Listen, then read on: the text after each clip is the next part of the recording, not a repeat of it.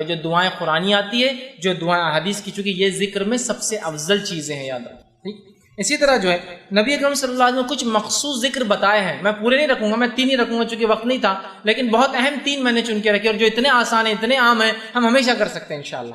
کم از کم ایک ذکر کی مجلس تھی، ایک ذکر کا درس تھا، اور 3 ذکر تو سیکھ کر جائے تاکہ اس کو زندگی میں لاگو کر لیں تو ہمارے لیے فائدہ مند ثابت ہوں گا۔ آئیے وہ کون کون سے میں نے 3 ذکر چنے ہیں کہ میں آپ کے سامنے صرف فضائل بیان کرنے میں کتنے اہم اللہ کے ذکر وہ رکھ رہا ہوں، ورنہ بہت سارے اور بھی دعائیں ہیں۔ پہلا جو ہے نبی اکرم صلی اللہ علیہ وسلم فرماتے اور کہتے ہیں ذکر کے تعلق سے، اور اس کی اہمیت بتاتے ہیں، اور یہ جو ہے ترغیب و ترہیب میں جو ہے یہ روایت ملتی ہے جو کہ صحیح روایت ہے۔ آپ صلی اللہ علیہ وسلم فرمایا اور کہا اور فرمایا، اور حدیث کے الفاظ اس طرح سے فرمایا، آپ نے فرمایا، ارشاد فرمایا کہ جو شخص 10 مرتبہ ان کلمات کو پڑھے، کیا فرمایا؟ جو شخص ان کلمات کو 10 مرتبہ پڑھتا ہے، وہ کلمات کیا ہے؟ لا الہ الا اللہ وحدہ لا شریک لہ لہ الملک ولہ الحمد وہو علی کل شیء قدیر۔ کیا ہے؟ کون سے کلمات ہیں؟ بہت آسان ہے، اس کو عام زبان میں چوتھا کلمہ بولتے ہیں۔ اب یہ الگ بات ہے کہ لوگوں نے 1 سے 7 کلمے بنائے، کیسے بنا نہیں پتا، لیکن بہرحال ایک عام سمجھ کے لیے بول رہا ہوں، ٹھیک ہے؟ اول کلمہ، دوم کلمہ، سوم کلمہ، چہارم کلمہ، پنجم تی، چارم ہے، ٹھیک۔ ہندوستان میں 7 کلمے، پہلے ہم جب سیکھتے تھے جب 5 سیکھے تھے ہم نے، لیکن ابھی نئے بچے 7 کلمے سیکھتے ہیں۔ بہرحال تو ان ترتیب میں اگر لیا جائے تو یہ چوتھے میں آتا ہے، لا الہ الا اللہ وحدہ لا شریک لہ لہ الملک ولہ الحمد وہو علی کل شیء قدیر۔ تو آپ فرماتے اور کہتے ہیں کہ آپ نے فرمایا کہ جو شخص اس کلمے کو 10 مرتبہ پڑھتا ہے، ٹھیک ہے، لا الہ الا اللہ وحدہ لا شریک لہ، کہ اللہ جو ہے لا الہ، اللہ کے سوا کوئی معبود برحق نہیں، وہ ایک ہے، اس کا کوئی شریک نہیں، ٹھیک ہے۔ اس کے الفاظ جو ہے لہ الملک ولہ الحمد، اسی کے لیے جو ہے تمام ملکیت ہے اور اسی کے لیے تمام تعریفیں ہیں، وہو علی کل شیء قدیر، اور وہ تمام چیزوں پر قادر ہے، ٹھیک ہے، ٹھیک ہے۔ یہ اس کا ترجمہ ہے۔ جو شخص اس کو 10 مرتبہ پڑھتا ہے دن میں، آپ سے فرماتے ہیں اس کا ثواب ایسے ہے گویا اس نے بنی اسماعیل میں سے 4 غلاموں کو آزاد کیا۔ اسماعیل علیہ السلام کی نسل میں سے کتنے لوگوں کو آزاد کیا؟ 4 لوگوں کو۔ اور آپ کو پتا ہے کہ آدم علیہ السلام سے لے کر نبی اکرم صلی اللہ علیہ وسلم تک اسماعیل علیہ السلام کی جو نسل کا تذکرہ کیوں آ رہا ہے؟ آدم علیہ السلام سے لے کر نبی اکرم صلی اللہ علیہ وسلم تک آپ فرماتے ہیں اس نسل میں کسی نے بھی زنا نہیں کیا، کیونکہ انبیاء جو ہوتے سب سے پاکیزہ نسل میں پیدا ہوتے ہیں، سمجھے؟ مشرک گزرے ہیں وہ ایک الگ چیز ہے، لیکن کوئی جو ہے زنا نہیں کیا، مطلب ولد الزنا، یا زنا کی اولاد، یا زنا نہیں کیا کسی، اتنی پاکیزہ نسل ہے یہ، آدم علیہ السلام سے لے کر اسماعیل علیہ السلام، اسماعیل علیہ السلام سے لے کر رسول اللہ صلی اللہ علیہ وسلم تک، سمجھ رہے ہیں آپ؟ تو کہا اس نے بنی اسماعیل میں سے 4 غلام آزاد کیے۔ غلام آزاد کرنا بہت اجر ثواب کام ہے۔ کیا کرنا ہے آپ کو؟ لا الہ الا اللہ وحدہ لا شریک لہ لہ الملک ولہ الحمد وہو علی کل شیء، 10 مرتبہ پڑھنا ہے دن۔ تو کیا کیا آپ نے؟ بنی اسماعیل میں سے 4 غلام آزاد کر دی، صرف 10 مرتبہ کلمے کو پڑھنا ہے۔ کتنے فضائل اندازہ لگا۔ دوسری فضیلت جو ہے ایک اور ذکر کی جو میں آج رکھ رہا ہوں، ویسے بہت ہے لیکن 3 میں نے چنے ہیں صرف۔ دوسری فضیلت والا ذکر ہے جو بہت آسان ہے، ہم سب کر سکتے ہیں، وہ یہ ہے جو کہ ترغیب و تہذیب، اسی میں جو یہ صحیح روایت ہے، بہت مشہور اور معروف روایت ہے کہ آپ صلی اللہ علیہ وسلم نے فرمایا جو شخص نماز کے بعد 33 مرتبہ الحمدللہ، 33 مرتبہ سبحان اللہ، 33 مرتبہ اللہ اکبر کہتا ہے اور آخر میں یہ کہتا ہے لا الہ الا اللہ وحدہ لا شریک لہ لہ الملک ولہ الحمد وہو علی کل شیء قدیر، وہی جو میں نے اس سے پہلے رکھا۔ تو 33 بار جو ہے اس شخص نے جو ہے الحمدللہ کہا، 33 بار سبحان اللہ کہا، 33 بار اللہ اکبر کہا، اور اس کے آخر میں یہ کہا، چونکہ 33 اور 33 ہو گئے 99 اور آخر میں 100 کی گنتی پوری کر دی، یہ کہہ کر کہ لا الہ الا اللہ وحدہ لا شریک لہ لہ الملک ولہ الحمد وہو علی کل شیء قدیر۔ تو آپ فرماتے اور کہتے ہیں جب یہ کہتا ہے تو آپ فرماتے ہیں کہ جو ہے اس کے فائدہ یہ ہے تو اس کے سارے گناہ معاف کر دی جاتے ہیں، گویا اگر اس کے گناہ سمندر کے جھاگ کے برابر بھی ہو تو۔ ایک روایت نے فرمایا یہ پڑھنا غلام آزاد کرنے سے زیادہ بہتر ہے۔ ایک روایت فرمایا اس کے پڑھنے سے 10 نیکیاں ہر اس پہ ملتے ہیں، مطلب اس کو 1000 نیکیاں ملتی، 100 بار پڑھا نا، 100 پڑھنے پہ اس کو 1000، 10 ہر اس پہ 10 تو 1000 نیکیاں ملتی ہے، 1000 گناہ معاف کر دیے جاتے ہیں۔ یہ فضائل اتنا آسان ہے نا کہ سارے گناہ حتیٰ کہ سمندر کے جھاگ کے برابر گناہ ہو کتنے کثرت سے سب معاف کر دیا، صرف ہر نماز کے بعد 33 مرتبہ 33 مرتبہ 33 مرتبہ الحمدللہ سبحان اللہ الحمدللہ اور اللہ اکبر کہہ دے، اس کے سارے گناہ معاف۔ اور یہ گناہ صغیرہ ہوتے یاد، کبیرہ کے لیے توبہ ضروری ہو۔ کتنے فضائل ہیں۔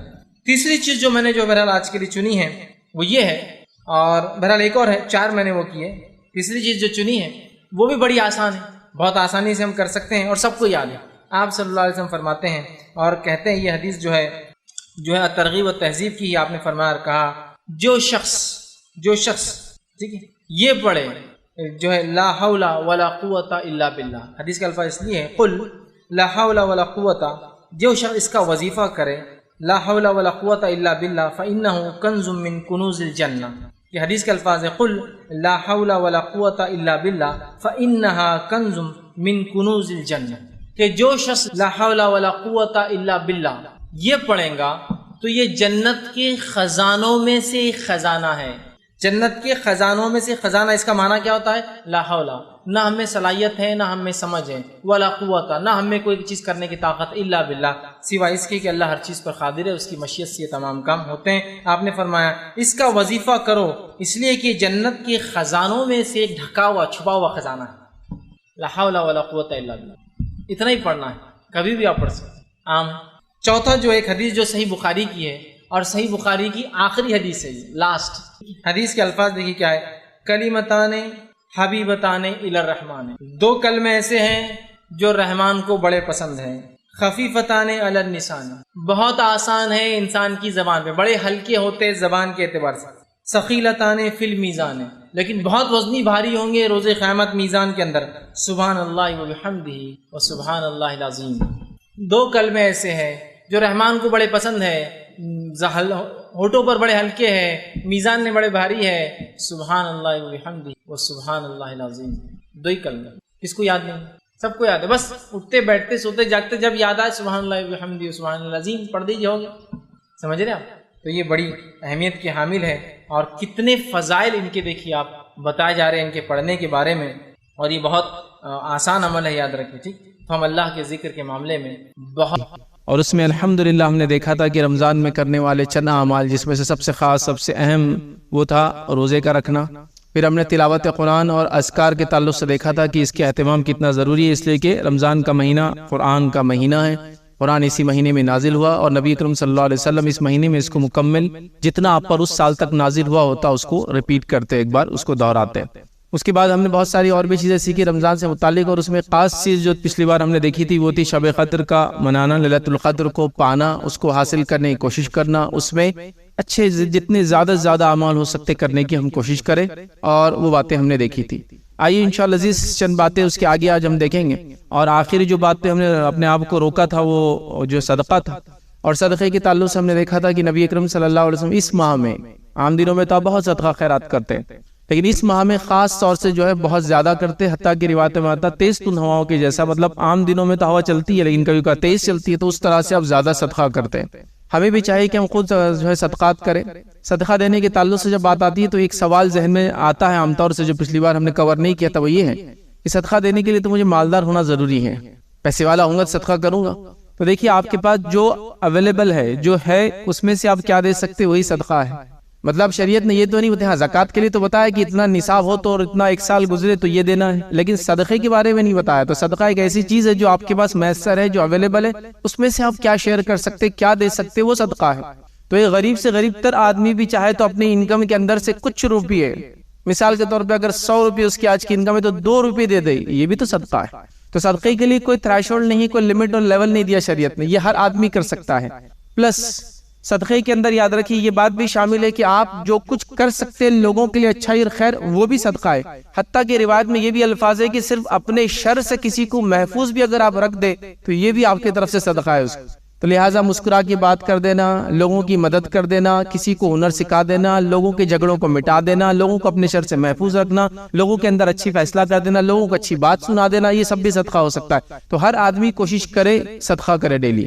لیکن رمضان کا مہینہ خاص ہے تو اس میں خوب صدقات اور خیرات کرے، اور خاص طور سے اپنے مال کا صدقہ کرے، اور اس میں خاص طور سے کوشش کرے کہ لوگوں کو کھلائے اور پلائے اور اس کے بعد پہنائے، چونکہ یہ بیسک نیڈ اور ضرورت ہے، اس لیے میں اس کو کہہ رہا ہوں. کھلانا اور پلانا ایک ہر آدمی کی بنیادی ضرورت ہے، غریب انسان کی، اس کو کوئی کھلائے، ہے نا، کھانا.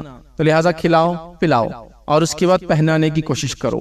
ٹھیک ہے، تو یہ بڑی اہم چیز ہے، اور ہر انسان اس کے لیے تہیا کر لے کہ میں اپنے انکم کا اتنا حصہ، میں اپنے کپڑوں کا اتنا حصہ، میں اپنے کھانے کا اتنا حصہ فلاں کو بھی دینے کے جو ہے جیسے بھی ہو سکتا ہے، جس طریقے بھی ہو سکتا ہے کوشش کروں۔ ہر آدمی اگر یہ شروع کر دے تو بہت آسانی سے یہ کام ہو سکتا ہے۔ جیسے مثال کے طور پر ایک انسان صدقہ جمع کرے اور اس کے بعد 100 روٹیاں ڈالے اور دے، اس کے مقابلے میں 100 گھر کے لوگ ایک ایک روٹی اگر بھیج دے تو وہ خود بخود ہو جاتا ہے اور کسی بھی بوجھ اور بار نہیں آتا ہے۔ تو لہٰذا تھوڑا سا سوچنے کی ضرورت ہے، صدقات اور خیرات میں آگے بڑھنے کی ضرورت ہے۔ خواتین سے بھی گزارش کروں گا آپ زیادہ صدقہ کریں۔ نبی اکرم صلی اللہ علیہ وسلم نے خواتین کو زیادہ صدقہ کرنے کا حکم دیا، اس لیے کہ آپ نے حدیث میں فرمایا کہ میں نے تم کو جہنم میں زیادہ دیکھا ہے۔ پوچھا گیا کیوں؟ تو کہا تم لان تان بہت کرتی ہو اور لوگوں کا شکر ادا نہیں کرتی ہو، ناشکری کر بیٹھتی ہو، تو لہٰذا تم صدقہ زیادہ کرو۔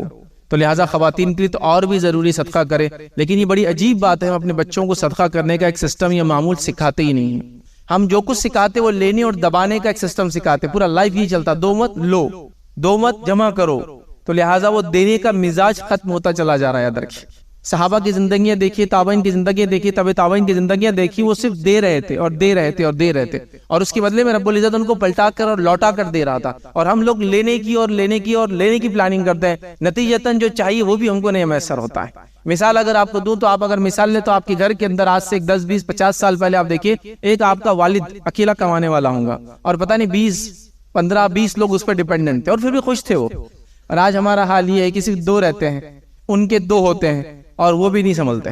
حالت یہ تو پتہ یہ چلا کہ جب وہ خرچ کرتے تھے رب العزت دیتا چلا جاتا تھا، جب ہم نے روک لیا تو یہ جتنا ہے وہ بھی ہم کو پورنے نہیں لگایا تھا۔ کہ تو لہٰذا صدقات اور خیرات کیجئے، یہ کتنا بابرکت عمل ہے، اس کے کیا فوائد ہوتے ہیں بتانا ممکن نہیں ہے، یہ ٹینجیبل بھی نہیں ہے، ماپنے والی چیز بھی نہیں، یہ مل جاتے ہیں۔ کیسے ملتے ہیں؟ زندگی میں برکت کی شکل میں، اچھی اولاد کی شکل میں، بیماریوں سے نجات کی شکل میں، امن و امان والے علاقوں کی شکل میں، کئی اس کے مطلب جس کو کہتے ہیں مظاہر ہے جس سے آپ محسوس کر سکتے ہیں، ماپا نہیں جا سکتا، یہ فائدے۔ تو صدقات بڑی اہم چیز ہے، صدقات کی کوشش کرے۔ رمضان کا مہینہ گزر رہا ہے، خوب سے خوب صدقات کرے، مستحقین کو تلاش کرے، مسکینوں کو تلاش کرے، سائل جو مانگتے ہیں ان کو بھی آپ دیں، لیکن وہ کرے۔ اس میں ایک اور چیز جو آخری ایڈ کروں گا صدقے میں، وہ یہ ہے کہ آپ کے صدقے کے تعلق سے تھوڑا پروٹیکٹیو بھی رہے، آپ بچا کر بھی رکھے، اس لیے کہ ایسا ہوتا ہے کہ کچھ لوگ آ کر صدقہ مانگنے کی ٹریننگ ہوتی ہے، ڈپلوماز اور ڈگریز ہوتی ہے ان کے پاس، بلکہ اس سے بڑھ کر جو ماسٹرز کرے ہوئے ہوتے ہیں وہ جانتے ہیں آپ کی جیب کیسے خالی کرنا۔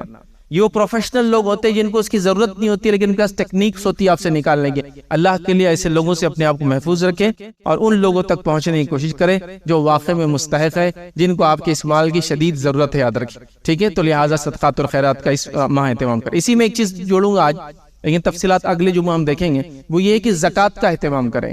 اگر آپ زکوٰۃ اس مہینے میں نکالتے ہیں تو یہ دیکھا گیا حضرت عمر رضی اللہ عنہ کے زمانے میں بھی لوگ زکوٰۃ رمضان سے جوڑ دیا تھا، تو رمضان میں نکالا کرتے تھے، لیکن کوئی ضروری نہیں کہ رمضان میں نکلے، یہ تو جب بھی 1 سال کمپلیٹ ہو جائے، جو کہ لونار کیلنڈر کے اعتبار سے تقریباً اپروکسیمیٹلی 355 دن ہوتے جب آپ کے مال نصاب سے زیادہ ہو، ٹھیک ہے، جس بھی کیٹیگری میں ہو، اگر نصاب سے زیادہ ہو 355 دن گزر جائے، ایک چاند والا سال گزر جائے تو آپ کو زکوٰۃ دینا ہے۔ لیکن اگر آپ نے جوڑ دیا ہے، اس بات کو طے کر لیا کہ رمضان میں ہم نکالیں گے، تو پھر رمضان زکوٰۃ بھی آپ کو دینا ہے۔ پھر جو بھی آپ نے طے کر لیا 10 رمضان 15 رمضان 21 رمضان، لوگ الگ الگ تاریخیں طے کرتے ہیں کہ اس دینا ہے، تو وہاں تک جانے تک اپنی زکوٰۃ آپ دے دیں۔ زکوٰۃ کے معاملے میں ایک بات یاد رکھیں، زکوٰۃ کوئی لمسم چیز نہیں ہے۔ ہمارے پاس ایک غلط فہمی یہ ہے کہ میں زکوٰۃ دیتا ہوں ہر سال، کتنی دیتے ہو؟ 50,000، لیکن زکوٰۃ ہوتی کتنی ہے وہ معلوم نہیں، لیکن ہم دے دیتے اٹھا کے 50,000، یہ تو زکوٰۃ نہیں ہے۔ پھر ہاں یہ بات ہے کہ اگر وہ زائد ہوئی تو بہت اچھی بات ہے، لیکن اگر حساب نہیں کرنے کے نتیجے میں کم ہوئی تو پکڑ ہو گئی نا، فرائض کے معاملہ ہے نا۔ جیسے کہ میں نماز کو کھڑے ہو گیا، بس جب تک 5 منٹ ہے جب تک پڑھنا پڑھتے رہ رہا ہوں، کوئی بھی کہیں گے ٹھیک ہے اگر وہ رکعتیں 2 ہو گئی 4 ہو گئی تو ٹھیک ہے، لیکن پڑھتے رہ رہا ہوں تو 5 پڑھ رہے 7 پڑھ رہے، تو ایسا تو نہیں چلیں گا نا۔ تو لہٰذا اندازاً دینے میں حرج نہیں ہے، لیکن وہ زائد کی طرف جاری ہے تو مسئلہ نہیں ہے کہ اللہ زکوٰۃ میری اور زیادہ صدقہ ہو جائیں گا، لیکن مسئلہ یہ کہ ایک عادت ہے، ابا 50,000 دیتے تھے ہم بھی 50,000 دیتے ہیں، لیکن آپ کی زکوٰۃ 50 لاکھ ہوتی ہے، 50,000 ہی دے رہے اتنے سالوں سے، 5 لاکھ ہوتی پھر بھی آپ جو 50,000 ہی دے رہے اتنے سالوں سے، وہ نہیں ہوتا ہے، اس کا حساب کیجیے۔ تو جو آپ کے پاس ہے، جو نصاب کو پہنچتا ہے، سونا چاندی مال دولت اسٹاک ایف ڈیز اور ساری چیزیں جو کچھ بیچنے کے سامان یہ وہ سب آپ ایک لسٹ میں لکھ لیں، اور جو آپ کو آنا ہے جو آپ نے ادھار دیا یہ بھی تو زائد ہے نا آپ کے استعمال سے، وہ بھی اس میں ایڈ کر دیں، اور اس کے بعد دوسرا کھانا بنا ہے اس کھانے کے اندر آپ یہ لکھ دیں جو دینا ہے آپ کو، اور جو آنا ہے جو آپ کا ہے اس میں سے جو دینا ہے وہ مائنس کر دے، آپ کی زکوٰۃ نکل گئی، حساب و کتاب ہو گیا۔ بہت آسان ہے کہ میرے پاس اتنے رقم ہے بچوں کے اکاؤنٹ میں بھی اتنی رقم جمع کر لیا, بیوی کے پاس بھی اتنی رقم ہے, ایک BC میں ڈالا ہوا اتنی رقم ہے, سونا اتنا تعداد میں ہے, چاندی اتنی ہے, ایک پلاٹ بیچنے کی نیت سے لیا وہ بھی اس میں انکلوڈ کر دو, فلاں گاڑیوں کا بزنس کرا وہ بھی ہے, اسٹاک اتنا میرے پاس ایوریج سال بھر رہتا ہے, سب ایک لسٹ میں آ گیا. سیکنڈ لسٹ کے اندر جو دینا ہے آپ نکال دے, دونوں کا پلس مائنس کر دے, جو بچا وہ زکات کے لیے ہو گیا ایلیجیبل, آپ نے زکات ادا کر دی.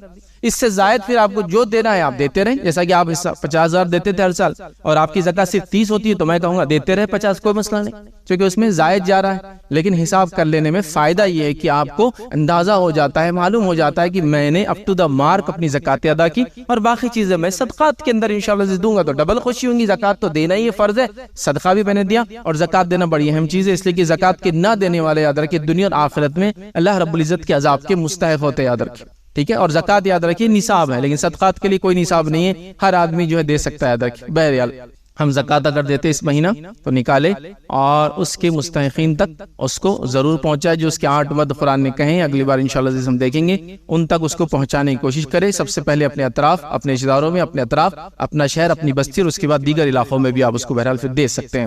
اس کے ساتھ ساتھ جو ہے اس مہینے کے اندر آپ کو فطرے کا بھی اہتمام کرنا ہے, وہ بھی جب آپ چاند دیکھ لیں عید کا, اس کے بعد سے لے کر عید کی نماز جہاں بھی آپ پڑھتے ہیں اس سے پہلے اس کو ادا کر دیں.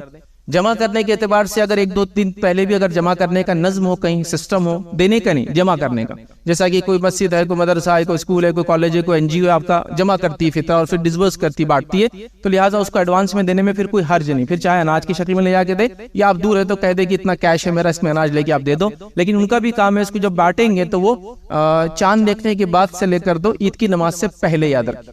جو لوگ کسی باہر سے آپ کو پیسہ بھیجتے ہیں, ایسا کوئی US سے آپ کو پیسہ بھیج رہا ہے, اس کا آپ خیال رکھیں کہ اس کے چاند اور اس کی عید کی نماز سے پہلے آپ کو دینا ہے, وہ 1 دن پہلے ہو جاتا ہے. اس کا ہوتا ہے نا, کچھ لوگ باہر سے پیسہ بھیجتے ہیں, تو وہ بھی آپ اس کو خیال رکھیں کہ اس کی عید کی نماز سے پہلے وہ فطرہ اس کا نکل جائے, ٹھیک ہے. تو لہٰذا فطرہ ہم سب کو دینا ہے. جو لرزشیں, جو خطائیں, جو کمزوریاں روزے کی حالت میں ہم سے ہو جاتی ہے, تو اس کا یہ کفارہ ایک طرح سے بن جاتا ہے. نبی اکرم صلی اللہ علیہ وسلم فرمایا, جس نے اس کو عید کی نماز سے پہلے ادا کر دیا تو یہ فطرہ ہوا, اور جس نے عید کی نماز کے بعد کیا تو یہ عام صدقہ ہوا. تو لہٰذا اس میں بہت زیادہ محتاط رہے کہ آپ کو چاند دیکھنے کے بعد سے لے کر عید کی نماز سے پہلے کرنا. اس میں ایک چیز جو ہم سے غلطی ہوتی ہے وہ یہ ہے کہ لوگوں کو میں نے دیکھا کہ ایک رمضان کو دے دیتے ہیں فطرہ, اور کہتے ہیں کہ لوگ کھائیں گے پئیں گے رمضان بھر. فطرے کا مقصد یاد رکھیے وہ آپ کے روزوں کی لرزشوں کا وہ کفارہ ہے, اور ایک طرح سے عید کے دن مسلمان بھوکے نہ رہے یا کوئی مسلمان بھوکا نہ رہے, وہ اس کا مقصد ہے.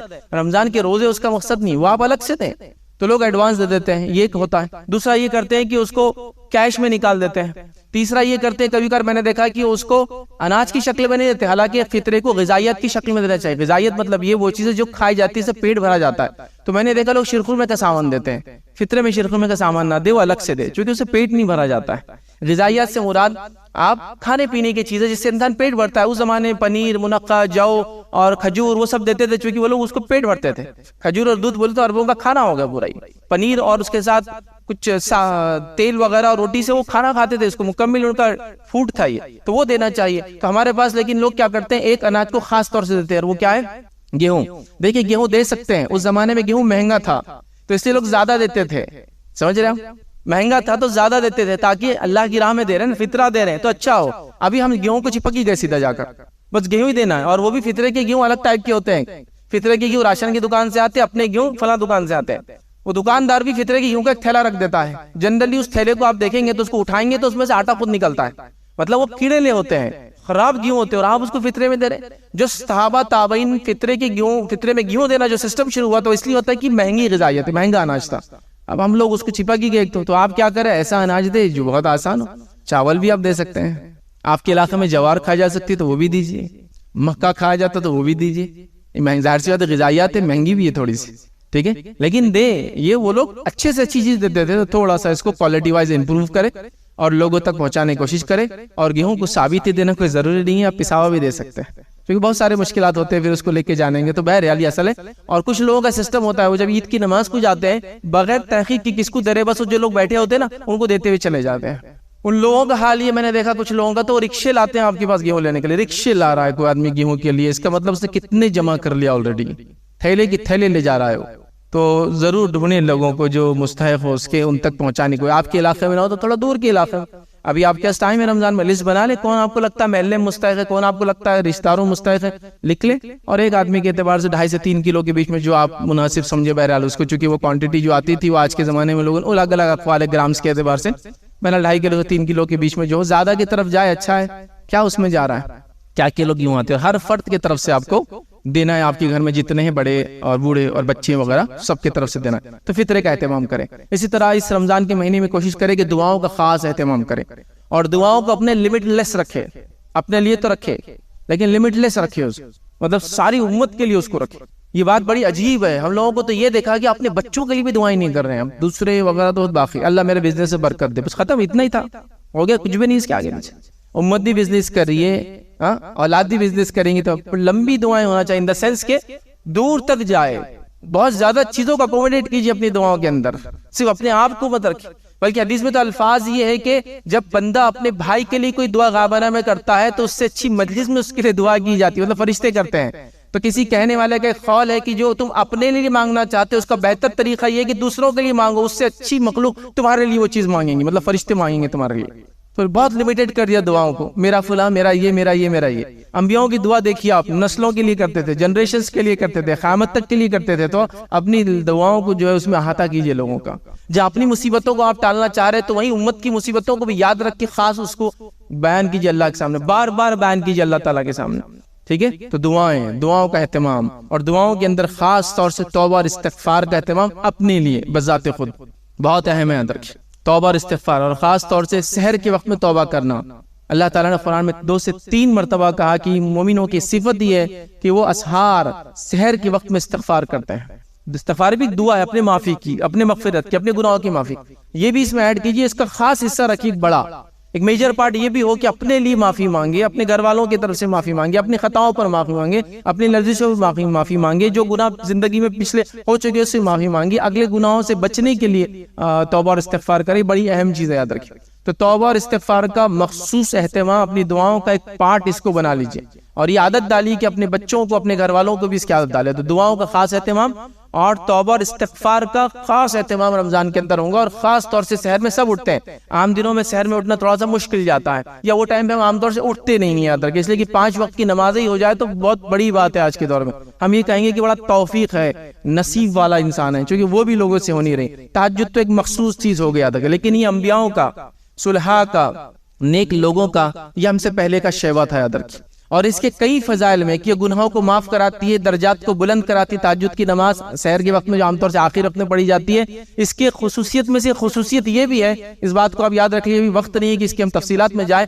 آپ چاہتے ہیں کہ آپ کو اللہ بیماریوں سے نجات دے تو یہ نماز کا اہتمام کیجیے، چونکہ حدیث کے اندر یہ الفاظ ہے کہ یہ بیماریوں سے نجات دلاتی ہے نماز، بیماریوں سے نجات دلاتی ہے نماز۔ صبح کا اٹھنا، نماز کا پڑھنا بیماریوں سے آپ کو نجات دلاتا۔ تو کتنے لوگ بیماریوں سے پریشان ہیں، تو اس نماز کا اہتمام شروع کرتے ہیں۔ کئی فائدوں میں سے انبیاءوں کا طریقہ ہے، نیک لوگوں کا طریقہ ہے، درجات کو بلند کرتا ہے، گناہ کو معاف کراتا ہے، اور ساتھ میں جو ہے بیماریوں کو دور کرتا ہے۔ بڑی بات ہے، بڑی بات۔ بہرحال ہم اس کا خاص طور سے اہتمام کریں۔ تو دعائیں اور خاص طور سے توبہ استغفار۔ توبہ کے لیے آپ اللہ سے نادم اپنے گناہوں پہ کافی ہے۔ توبہ کے بارے میں غلط فہمی لوگوں کو ہوتی ہے، لوگ پہلے مسجد میں بیٹھتے ہیں، پھر ادھر دیکھتے کوئی دیکھ رہا تو نماز کے بعد، پھر ادھر دیکھتے کوئی دیکھ رہا تھی، اور جلدی سے دونوں ہاتھوں کو اٹھاتے اور ایسا کر کے کچھ کرتے، اور تو لفظ بھی شاید توبہ توبہ بولتے، میں نے سنا نہیں ایگزیکٹلی کیا بولتے ہیں، اور دونوں گالوں پہ ایسے ہاتھوں کو لگاتے ہیں ادھر اور ادھر، توبہ توبہ کرتے، اور وہ بھی ادھر ادھر کوئی دیکھ نہ لے اس